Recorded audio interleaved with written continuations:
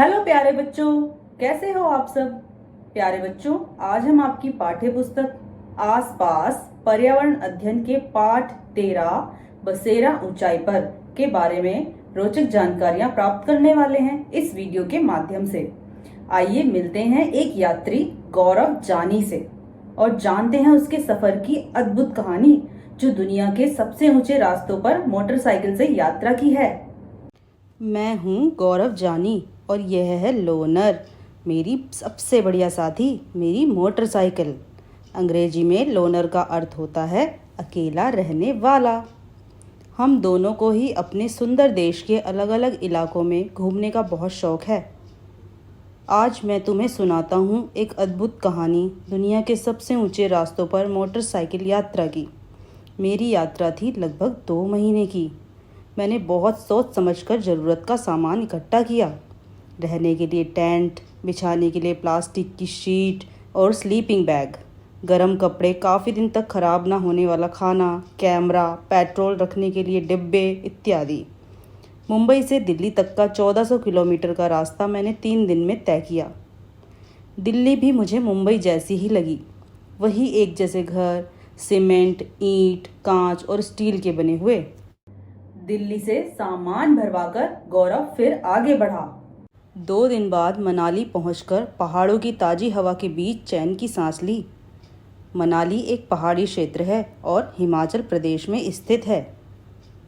असली यात्रा तो अब शुरू होनी थी, जो जम्मू कश्मीर के कई मुश्किल रास्तों से होते हुए हमें लद्दाख में लेह तक जाना था। मेरे छोटे से नायलॉन के टेंट में इतनी ही जगह थी कि मैं सो सकूं। रात के समय मेरी मोटरसाइकिल टेंट के बाहर पहरा देती। आखिरकार मैं और लोनर लेह पहुंच ही गए। अजब अनूठा था यह इलाका, सूखा समतल और ठंडा रेगिस्तान। यहाँ दूर दूर तक दिखते थे बर्फ के ढके पहाड़ और सूखा ठंडा मैदान। गौरव जब आगे बढ़ा तो कुछ बच्चे झूले झूले यानी कि स्वागत है कहते हुए गौरव का पीछा करने लगे। लेह में गौरव को ताशी मिला।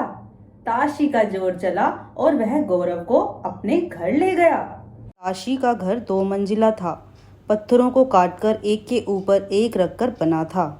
उन पर मिट्टी और चूने से पुताई की हुई थी। उसने बताया कि वह और उसका परिवार ऊपर की मंजिल पर रहते थे। नीचे की मंजिल पर जानवरों के रहने की जगह है। ज़रूरत का सामान इकट्ठा करके रखते थे। सर्दी के दिनों में अक्सर इनका परिवार भी नीचे की मंजिल पर जानवरों के पास ही रहता। फिर ताशी मुझे घर की छत पर ले गया। सभी घरों की छतें समतल थी। ताशी ने बताया कि छत उनके घर का सबसे महत्वपूर्ण हिस्सा है। यहाँ गर्मियों की तेज़ धूप में ही बहुत सारी फल सब्जी सुखा ली जाती हैं। ये ठंडे दिनों में इस्तेमाल होती हैं, जब फल सब्जी नहीं मिलते। गौरव आगे बढ़ा। टेढ़े मेढ़े संकरे पहाड़ी रास्तों से होते हुए वह बहुत ऊंचाई पर जाता रहा। कहीं सड़क तो कहीं बड़े बड़े पत्थर। अब गौरव चांगथांग इलाके की ओर बढ़ा। यह रास्ता 5000 मीटर की ऊंचाई पर बना पथरीला व सुनसान मैदानी इलाका था। इतनी ऊंचाई पर सांस लेने पे भी मुश्किल हो रही थी। मेरे सिर में दर्द होने लगा, क्योंकि चांगथांग का तापमान माइनस से भी नीचे चला जाता है। मैं कई दिन तक यहाँ मोटरसाइकिल पर घूमता रहा, लेकिन दूर दूर तक कोई भी दिखाई नहीं पड़ता था, ना ही कोई पेट्रोल पंप और ना मैकेनिक। कई रातें और कई दिन बीत गए। गौरव अकेला ही पड़ता रहा। फिर एक दिन अचानक उसके सामने था एक बड़ा हरा मैदान और उसमें चरती भेड़ बकरियां।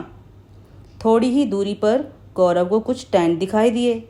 वह हैरान था कि इस सुनसान इलाकों में ये कौन लोग हैं और ये क्या कर रहे हैं। वहां गौरव मिला नामग्याल से और नामग्याल से ही गौरव को चांगपा के बारे में पता चला। प्यारे बच्चों, हम इसी पाठ की भाग 2 वीडियो में मिलेंगे और गौरव के सफर के बारे में बात करेंगे, चांगपा के बारे में और श्रीनगर के कुछ खास घरों के बारे में रोचक जानकारियां प्राप्त करेंगे।